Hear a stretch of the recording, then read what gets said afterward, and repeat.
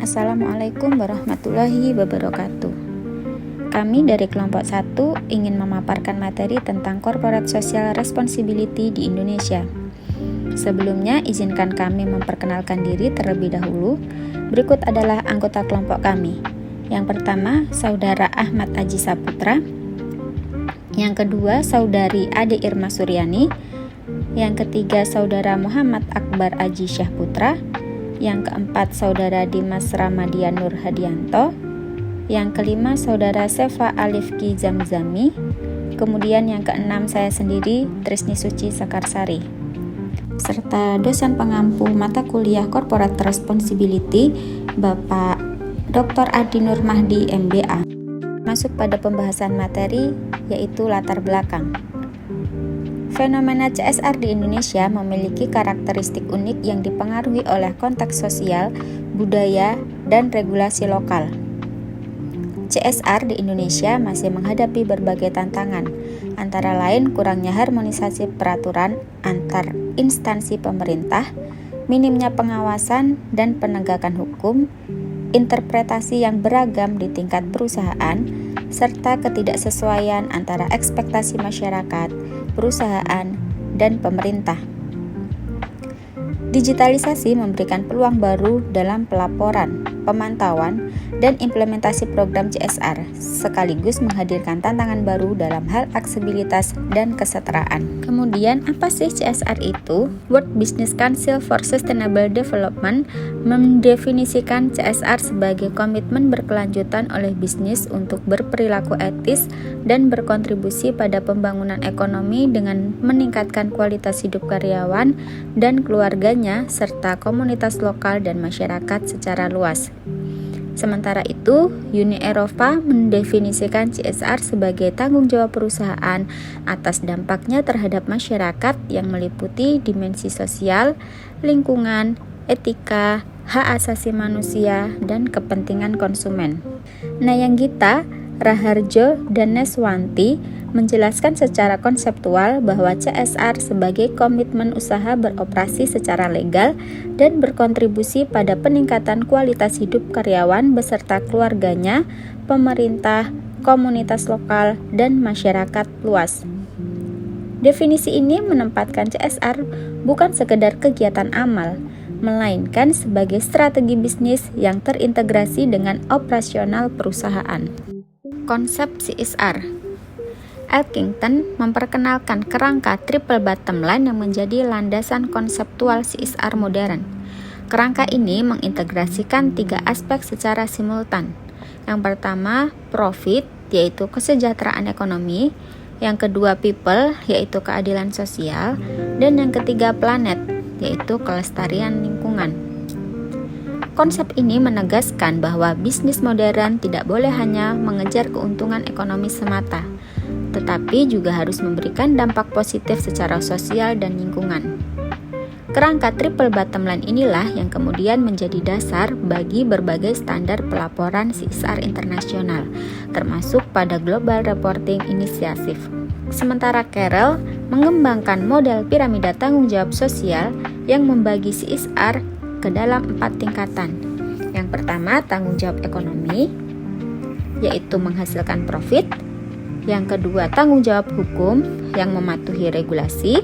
Yang ketiga, tanggung jawab etis yang bertindak sesuai norma. Dan tanggung jawab filantropis yang berkontribusi sukarela bagi masyarakat. Model ini memberikan kerangka hierarkis yang memudahkan pemahaman tentang berbagai dimensi CSR dan urutan prioritasnya. Studi Setiawan dan Purwanti mengenai penerapan piramida Carroll pada perusahaan-perusahaan pemenang CSR Award di Indonesia menemukan bahwa perusahaan-perusahaan terbaik Indonesia telah mengimplementasikan keempat tingkatan tersebut secara terpadu. Dalam slide ini, kami akan menyampaikan mengenai teori-teori landasan CSR. Terdapat beberapa teori utama yang menjadi landasan analisis CSR. Antara lain, yang pertama, stakeholder theory yang dikembangkan oleh Freeman, menyatakan bahwa perusahaan memiliki tanggung jawab tidak hanya kepada pemegang saham, tetapi juga kepada seluruh pemangku kepentingan, termasuk karyawan, konsumen, pemasok, komunitas lokal, dan lingkungan. Teori ini menjadi salah satu landasan paling kuat bagi legitimasi CSR karena secara eksplisit memperluas cakupan tanggung jawab korporat. Yang kedua, legitimasi teori, yang berpandangan bahwa perusahaan beroperasi dalam suatu kontrak sosial dengan masyarakat.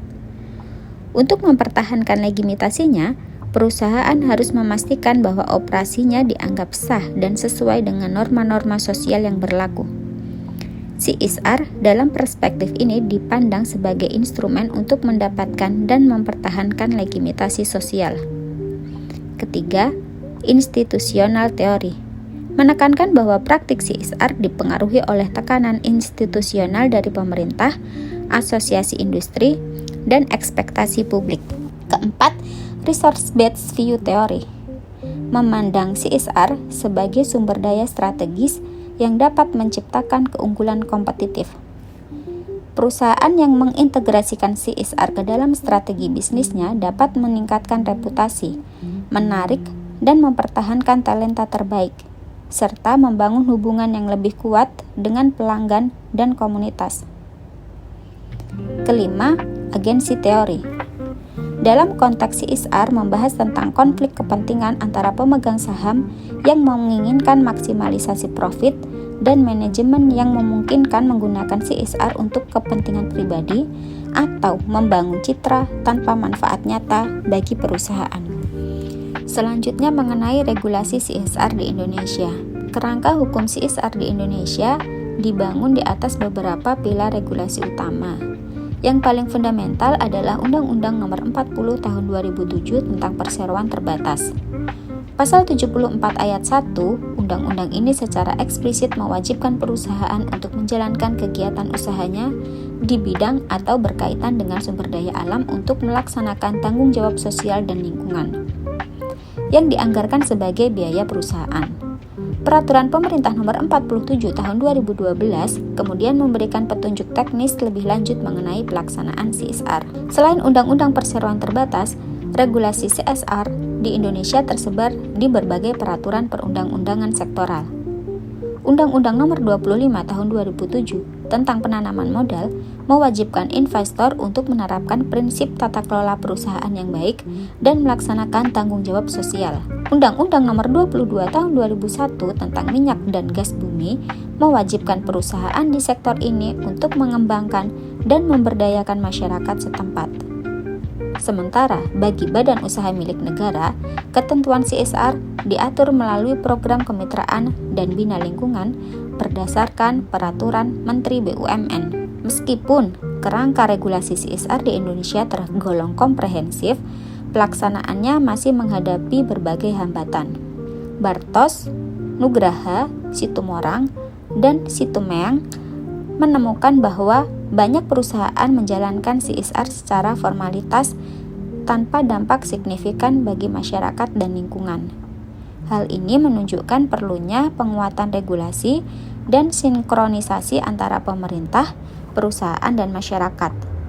Selain itu, kurangnya harmonisasi antara berbagai peraturan yang ada dan minimnya mekanisme pengawasan menjadi faktor penghambat utama efektivitas regulasi CSR di Indonesia.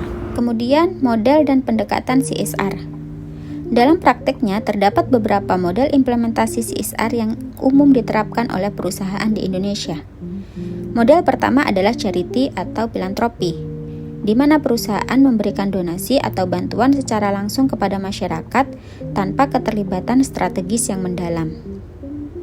Model ini merupakan bentuk CSR yang paling sederhana dan paling banyak dipraktekkan, khususnya oleh perusahaan-perusahaan kecil dan menengah. Model kedua adalah community development, di mana perusahaan secara aktif melibatkan diri dalam pengembangan komunitas lokal melalui program-program terstruktur yang bertujuan meningkatkan kapasitas dan kemandirian masyarakat. Model ketiga adalah strategic CSR, di mana CSR diintegrasikan ke dalam strategi bisnis inti perusahaan sehingga menciptakan nilai bagi perusahaan sekaligus manfaat bagi masyarakat.